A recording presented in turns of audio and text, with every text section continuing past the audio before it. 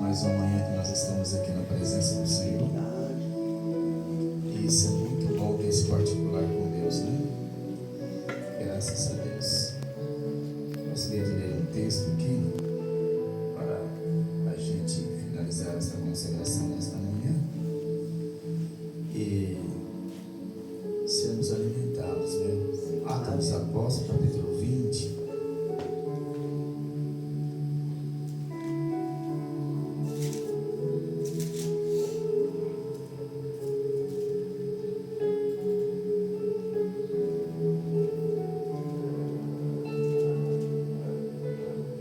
Versículo 25, eu vou ler os irmãos acompanham, 20 e 25, diz assim: E agora, na verdade, sei que todos vós, porque quem passei pregando o reino de Deus, não vereis mais o meu rosto. Portanto, no dia de hoje, vos protesto que estou limpo do sangue de todos, porque nunca deixei de vos anunciar todo o conselho de Deus. Olhai, pois, por vós e por todo o rebanho, sobre que o Espírito Santo vos constituiu bispos para apacentardes a igreja de Deus, e que ele resgatou com o seu próprio sangue. Porque eu sei isto, que depois da minha partida entrarão no meio de vós lobos cruéis, que não perdoarão o rebanho, e que dentre vós mesmos se levantarão homens que falarão coisas perversas para atraírem os discípulos para si.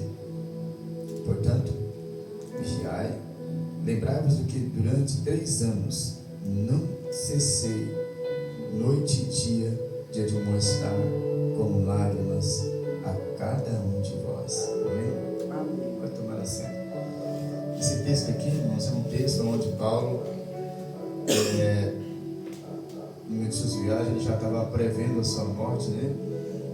Ele já sabia que o seu final estava próximo, e ele estava orientando e mostrando o povo para que permanecesse na sua integridade, para que permanecesse na sua fidelidade. E o engraçado é que, mostrando os cuidados, ele estava dizendo que ele nunca tinha deixado de ensinar. O povo é que nunca tinha deixado de obedecer. A palavra de Deus, ela é bem explícita quando ela diz que quem tem ouvidos, ouça. Mas essa questão de quem tem ouvidos, ouça, não é assim, eu ouvi. Essa questão, ela engloba algumas coisas muito importantes, e uma delas é quando quem tem ouvidos, ouça, é assim: ouça e obedeça, e faça, e lute, e se esforce. Mas o que acontece hoje com a igreja é algo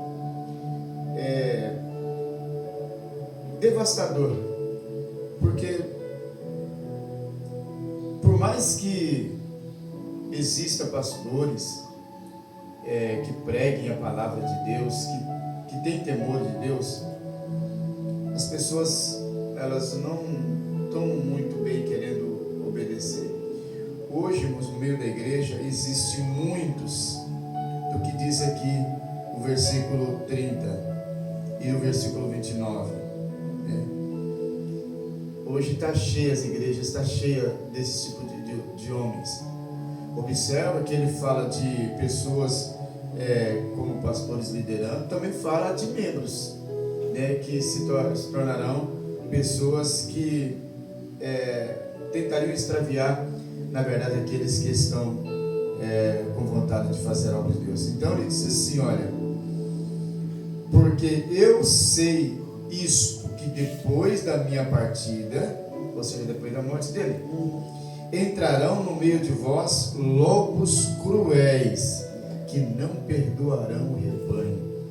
Essas pessoas, elas já estão aí no meio, elas estão fazendo de tudo, elas estão querendo tirar o máximo de proveito, extorquindo, enganando, sendo fraudulentos, eles têm muito amor em si mesmo, mas eles não têm um pingo de amor ao rebanho do Senhor.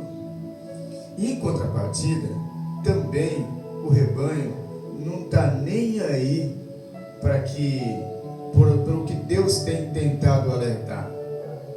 Ela não quer saber se Deus está falando ou não, ela quer saber se está chegando alguma coisa em benefício próprio. E aí a coisa vai se complicando, porque o enganado tentando enganar e o enganador enganando a todos. Então, quando ele diz assim, de lobos cruéis, não só se refere a pastores, mas aqui vamos trabalhar como se fosse ministro, obreiros, que não perdoarão o rebanho.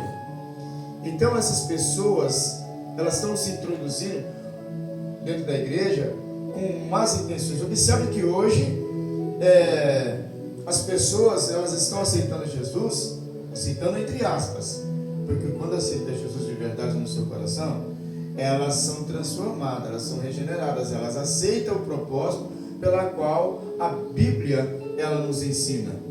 Mas essas pessoas hoje que supostamente estariam aceitando Jesus, eles já estão chegando pastores. Eles não querem passar pelo crivo de Deus, pelos ensinamentos, pelos rudimentos, porque para você se tornar um pastor, não é da noite para o dia. Deus ele vai te lapidar, Deus tem que te ensinar muitas coisas para que você amanhã venha ter maturidade, amanhã você saiba lidar com situações. Porque ser pastor não é só pregar. Tem muita gente que ele acha que ele é pastor, que ele sabe alguma coisa na igreja, porque às vezes já nasceu com o dom da oratória, né? Tem pessoas que já nascem com o dom de falar, outros já nascem com o dom de cantar, de uma voz maravilhosa. E aí ele já vem para a igreja achando que ele é o grande todo-poderoso, querendo ensinar sem nunca ter ensinado, ter aprendido, na verdade, né? Querer ensinar sem nunca ter aprendido.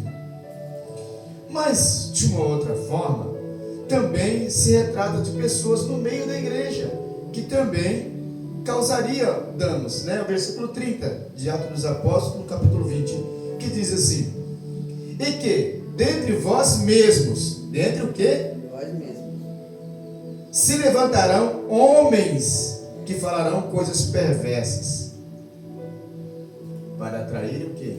Discípulos. Discípulos. Quem que é discípulo, irmão? Discípulo é todos aqueles que servem a Deus, que fazem a obra de Deus, que anunciam o Evangelho. Quer dizer, atrair os fiéis para si. Porque quando a pessoa ele tem essa habilidade, imagine você, quando a pessoa, vamos traduzir isso aqui para o nosso entendimento de hoje. Isso aqui, olha, e que dentre vós se levantarão homens, fala homens de genérico, tá, irmãos? Que falarão coisas perversas. Essas pessoas aqui, elas não são pessoas comuns. Se engane os irmãos, assim, aquela pessoa, ela é tão humildezinha, ela é tão, sabe, dá vontade, né, ficar com ela em casa. Essas pessoas, elas são extremamente atrativas, comunicativas, são dóceis, e elas têm a habilidade de atrair as pessoas para si, para que com suas palavras, quando fala assim, falando coisas perversas, imagine o texto, não é que ela já chega assim, não, eu sou o diabo, eu sou o cão, eu vou para o inferno, vou levar você comigo. Não, de maneira nenhuma. Coisas perversas são coisas que ela vai falando contra a palavra de Deus, ou contra o ensinamento que está recebendo, coisas que vai lá na frente, que você fala assim, nossa, o conselho dela foi bom, mas que lá na frente vai te surtir um efeito muito negativo. Vou citar um exemplo aqui, que eu sempre cito esse exemplo, foi o caso de Neemias. Existia lá no meio homens perversos, que não admitia o que Neemias estava fazendo, eles não concordavam, eles eram contra o tempo todo, e, aliás, eles queriam que Neemias parasse a construção do muro de Jerusalém. E um dia eles falaram assim, olha, ele está avançando cada vez mais, e a gente até agora não conseguiu impedir. Vamos bolar aqui um esquema, vamos dizer assim para ele, que vai vir gente matar ele de noite, e ele vai morrer. E para ele escapar, ele tem que entrar no santuário. Mas naquela época, ninguém podia entrar no seu sumo sacerdote. E ainda o sumo sacerdote, para entrar lá, se amarrava uma corda na cintura, não é isso? E ele tinha um chocalho, né? Porque enquanto eles estavam ouvindo aquele chocalho lá, balançando, que ele ficava fazendo as oferendas, sabia-se que ele estava vivo, porque nem toda vez Deus aceitava. E quando Deus não aceitava, ele era fulminado, ele era morto. Então, para que as pessoas não morressem para tentar tirar do lugar santo do santo, o que eles faziam? Puxava a pessoa para fora. Então, eles deram essa ideia para Neemias. Neemias, primeiro eles elogiaram Neemias, né? A gente está vendo que você está dando um duro danado, trazendo para a linguagem de hoje. A gente está vendo que você está incansável, você está fazendo bem. Só que assim, por você estar fazendo bem, você está empenhado na obra de Deus, tem pessoas muito furiosas, inclusive, eles não quiseram citar que eles eram desses, né? Pessoas más, pessoas cruéis que vão vir te matar de noite, já traçaram um plano para vir te matar de noite. E Neemias, poxa vida, até aí eles estavam acreditando. É sério isso? Sério, vão vir te matar de noite. E não tem aonde você se esconder. Você vai morrer, Neemias. E o que eu devo fazer? A gente aconselha você a entrar no santo. Porque lá ninguém tem coragem de entrar lá dentro para poder te procurar, para te matar. Neemias falou, realmente lá ninguém vai entrar. Mas eu creio que ele pensando isso, ele falou assim, mas nem eu vou escapar, vou morrer tão rapidamente. Aí ele disse assim, analisando a fala que parece que me favorecia, então entendi que essa fala não era a meu favor, mas sim era contra mim. Se era um conselho parecido de ser bom, não era uma palavra perversa? Então, essas pessoas elas chegam, sabe, meio que te iludindo. E elas ganham a tua confiança. E aí tu começa a criar aquela dúvida, ou será que o que eu tenho aprendido até hoje, será que o fulano não está certo? Hoje tem muita gente desviando, morrendo espiritualmente, sabe por quê? Porque tem se firmado muito, irmãos, nos vídeos da internet, desses lobos, que eles estão usando muito, muitos lobos usando muito a internet para denegrir tudo aquilo que a Bíblia fala, colocando a Bíblia contra a igreja, e tem muita gente abraçando essa ideia. Elas deixam de ouvir o ensinamento do pastor na igreja para estar ouvindo essas ideias escambrosas. Verdade, desse jeito. E aí, quando ela cede o seu ouvido para o cão, que dura coisa é você emprestar ouvido para o diabo. Quando você empresta ouvido para o diabo, ele coloca um monte de tranqueira no teu ouvido e causa uma obstrução que você depois vai encontrar dificuldade para ouvir a verdade. Tito fala isso, né? Quando você cauteriza a tua mente, fica difícil. Então, quando a gente empresta o ouvido para o diabo, as coisas começam a acontecer de certa forma rapidamente, a nossa mente já começa a mudar. A gente deixa de acreditar no verdadeiro para acreditar no falso. E aí vai se complicando. É por isso que a Bíblia diz e que vai surgir dentre vós mesmo se levantarão homens que falarão coisas perversas para atraírem. Se é coisa perversa, como é que vai atrair? Está entendendo? Se você falar assim, como é que uma coisa perversa vai me atrair para ele? É porque é a fala, a forma de falar. Camuflado. A gente pensa que está sendo bom, mas não é bom. São conselhos muito fora da realidade, que parece que está nos favorecendo. E se eu acatar aquilo, eu vou me arrebentar inteiro. Verdade. Então Paulo, ele já estava sabendo disso, ele falou assim, olha, vocês não vão ver mais o meu rosto. Não é isso? Versículo 25, vou repetir. E agora, na verdade, sei que todos vós, por quem passei pregando o reino de Deus, não vereis mais o meu rosto. E isso aqui entristeceu muito eles, né? Se você for ver o versículo 37, ele vai dizer assim, ó: e levantando-se um grande pranto entre todos, e lançando-se ao pescoço de Paulo, o beijavam, entristecendo-se muito, principalmente pela palavra que dissera que não veria mais o seu rosto. E acompanharam até o navio. Está entendendo? As pessoas, elas amavam Paulo pelas palavras. Paulo nunca foi um pregador de palavras calmas, tranquilas. Nunca. Ele sempre foi um pregador, como aqui, certo? De admoestar, porque ele tinha grande zelo. E agora ele está dizendo que ele estava já partindo, mas ele tinha esse receio, né? Versículo 27, ele diz assim, ó: porque eu nunca deixei de vos anunciar todo o conselho de Deus. Eu me vejo nessa palavra, irmão, porque o tempo todo eu venho tentando mostrar para os irmãos o caminho ideal, como fazer para se livrar dessas pegadinhas malignas, para que vocês nunca deixem de adorar o verdadeiro, de obedecer o verdadeiro, para que nunca vocês caiam nessa armadilha e estar adorando aquilo que não se deve adorar. E o versículo 28 ele complementa dizendo assim, olha: olhai pois por vós e por todo o rebanho, sobre que o Espírito Santo vos constituiu bispos, para apacentarem as igrejas de Deus, que ele resgatou com seu próprio sangue. Essa liderança de hoje, elas não está nem um pouco preocupada com isso. E os que estão preocupados, o rebanho não valoriza, porque elas estão correndo atrás do material e não do espiritual. Mas existe aí um rebanho que ela não dá a mínima para o material, que está procurando se alimentar do espiritual, porque, irmãos, é como se fosse um rio que vai secando e o peixe ele fica desesperado, tentando achar alguma água para que ele possa respirar o oxigênio dele. Ontem, eu estava voltando da academia, eu fui a pé, de sábado, só abre às 7, eu estava voltando a pé, e aí passando ali pelo canalzinho, né, que é o canal que tinha no canal 1, em direção à minha casa.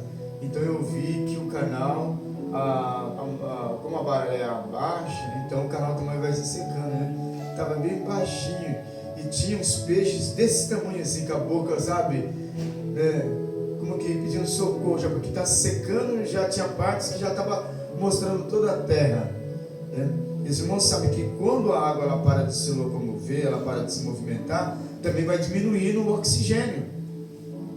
Então, começa a se lutar agora para a sobrevivência. E então, tem muitos servos de Deus, homens e mulheres de Deus, que estão lutando pela sobrevivência, porque ela sabe que não está certo, mas ela pensa para onde ir, tentando sobreviver. Essa noite foi uma noite para mim muito difícil para dormir, porque entrou essa questão, de não sabe, e eu fiquei muito assim preocupado. Nunca algo me tirou a paz como tirou agora. Era uma coisa que eu não estava esperando jamais, né? E aí juntou a situação que eu fui ajudar a Josiane a limpar a casa ontem, né? E fui lá varrer, respirar a sala. Mas aquele pó me atacou, me tampou o peito, e a noite inteira eu com dor de cabeça, mesmo tomando o remédio, não conseguiu parar aquela dor de cabeça, e o peito tampou, e aquela dificuldade de respirar, e a preocupação, juntou tudo, e eu passei praticamente a noite acordado. Então, eu sempre tenho lutado para que os irmãos entendam, e nunca deixo o inimigo trabalhar para desvirtuar aquilo que nós temos ensinado, aquilo que a gente tem tentado mostrar para vocês, que é a maneira correta de se servir a Deus. E Paulo, ele fazia isso com muita propriedade, quando no versículo 31, ele vai dizer da seguinte forma: portanto, vigiai, lembrando-vos de que durante 3 anos não cessei dia e noite de admoestar com lágrimas a cada um de vós. Então, irmãos, quando eu estou em casa, eu vou deitar assim, eu penso muito na igreja. Em todos os quesitos, eu penso muito na igreja. E, tem vezes que eu deito assim e falo, Deus, como que eu vou conseguir colocar dentro do coração dos irmãos o certo e fazer com que eles entendam o que é realmente errado? Eu fico pensando, existe alguma outra maneira, Senhor?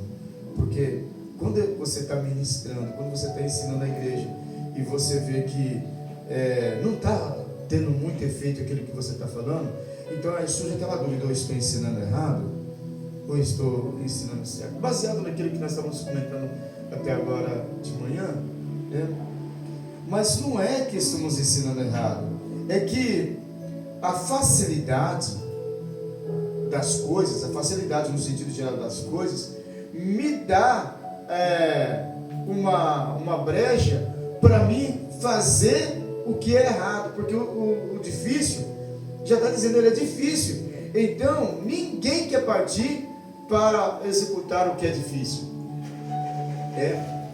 Você imagina que a obra de Deus, ela é tudo com dificuldade. Aliás, a Bíblia fala que o reino do céu, ele é ganhado à força. Mas quem é que quer, se esforçar? Eu sempre vou optar pelo mais fácil.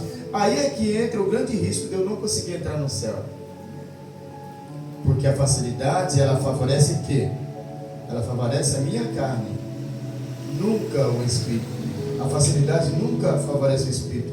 Então, quando você vê um crente, ele querendo cortar caminho, e ele nunca se esforçar para poder fazer o que está sendo difícil, então alguém que está fora da casinha.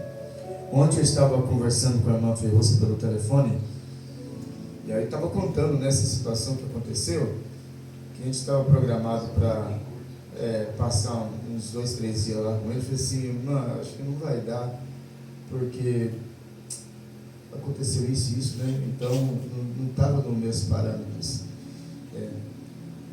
Ela chorou bastante, falou, pastor, o senhor não sabe, a gente já estava programando tudo, a gente já fez, toda assim, a nossa agenda de o que a gente ia fazer com o senhor aqui, onde a gente ia levar o senhor, essas coisas todas. E agora nós somos muito tristes, porque está correndo risco, o senhor não vem aqui. E a gente queria muito. Então, eu falei para ela assim, irmã Ferroça, eu não sei o que está acontecendo. Eu falei assim, de repente Deus pode estar me provando. E se é uma aprovação, eu falei, porque tirei o carro, veio bateria e agora estou para dar enrolamento, né? Eu falei, se é uma aprovação, eu tenho que suportar a aprovação de Deus. Porque se Deus está me provando, porque Ele quer me mostrar algo, né? E quer me solidificar. Ele quer fazer com que eu seja mais forte. Então, se é uma aprovação, eu tenho que suportar. E pode ser um castigo. Mas se for um castigo, é porque eu mereço. E se Deus está me castigando, então eu tenho que suportar, porque eu fiz por merecer o castigo de Deus. Eu falei, então, as duas coisas me colocam diante de Deus como alguém que precisa muito dele. Se eu sou errado, e eu estou errado, eu preciso buscar mais a Ele. Então o castigo de Deus é bem-vindo, né? Porque Deus, Ele castiga e corrige quem Ele ama. Então eu falei assim, fico feliz se é um castigo, porque por sinal Deus me ama, senão não teria me abandonado. É por isso, irmãos, que eu falo assim, olha, ser pastor não é para qualquer um. Fui buscar o carro lá na sexta-feira e o tempo todo, tinha tudo para chegar lá detonando com aquele homem. O senhor não tem palavras, o senhor isso, aquilo, mas cheguei calmamente, apertei na mão dele, como é que o senhor está, tudo bem, aí ele já começou a explanar, e o tempo todo eu só dizia para ele, meu amigo, não estou sendo grosso com o senhor, não estou desrespeitando o senhor nem nada, talvez se eu falando com calma com o senhor, pode surgir assim, ó, esse camarada é trouxa, então, senhor, mas eu não sou nem um trouxa, não sou nem um otário, eu sei do que eu estou falando, né? Não é o meu feitio ofender ninguém, porque Deus, quando me chamou para esse santo ministério, ainda eu era jovem, 19 anos, 18 anos, quando Deus me chamou para o ministério, Deus começou a me lapidar, Deus começou a trabalhar na minha vida para mim fazer a diferença, para mim mostrar para as pessoas que é possível você ensinar sem maltratar, que é possível você confrontar sem ser grosseiro, sem perder os seus direitos de contestar. E para isso, eu preciso ser a luz. Porque o apóstolo Paulo disse assim, se essa luz que em ti há for trevas, então como grandes serão essas trevas? O apóstolo Paulo não, né? Foi Jesus que disse. Se a luz que em ti há for trevas, então por isso que eu gosto de resolver as coisas calmamente. Talvez o meu interior esteja conturbado, esteja, sabe, dolorido e muitas outras coisas, mas eu não posso perder esse meu instinto de pastor e de estar na presença de Deus. Eu creio que Paulo, ele fazia isso, né? 32 para nós finalizar, ele diz assim, olha, agora pois, irmãos, encomendo-vos a Deus, a palavra da sua graça, a Ele que é poderoso para vos edificar e dar herança entre todos os santificados. Ou seja, recompensa, né? Para aqueles que permanecerem ali firmes. Exatamente.